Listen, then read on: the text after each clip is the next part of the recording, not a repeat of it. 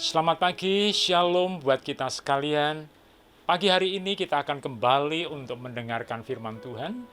Dan renungan pada saat ini saya beri judul kepuasan di dalam Tuhan Yesus Kristus.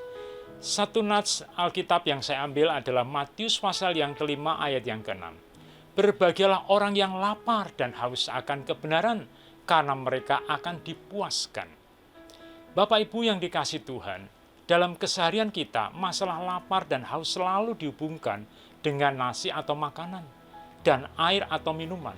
Demikian pula dalam kitab suci, banyak menggunakan pengertian lapar dan haus dalam arti yang sebenarnya, yaitu lapar terhadap makanan dan haus terhadap air.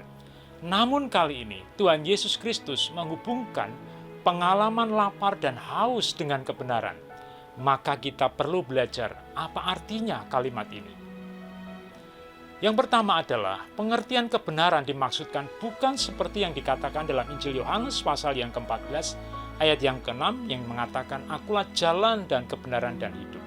Tetapi lebih tepat, kata ini dihubungkan dalam Injil Matius pasal yang ketiga ayat 15, yaitu melakukan kehendak Allah. Dengan demikian, pengertian kebenaran dimaksudkan melakukan kehendak Allah. Yang kedua adalah orang yang mencari kehendak Allah harus dibuktikan dengan perbuatannya.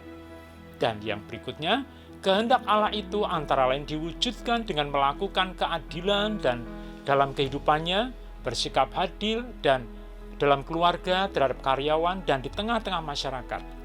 Dan yang terakhir, akhirnya orang yang mencari dan melakukan kehendak Tuhan akan dipuaskan dengan kebaikan dan kebajikan Allah. Dengan demikian, kebajikan dan kebaikan Allah itu memberi kepuasan dan kebahagiaan bagi mereka yang haus dan lapar terhadap kehendak Allah.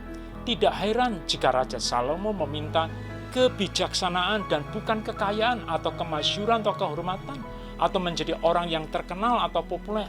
Seperti yang dikatakan dalam 2 Tawarik pasal yang pertama ayat 11. Tidak seperti di zaman sekarang. Orang ingin dan senang menjadi terkenal dan populer dengan menampilkan kekayaannya, walaupun belum tentu kekayaannya didapatkan dengan cara yang benar.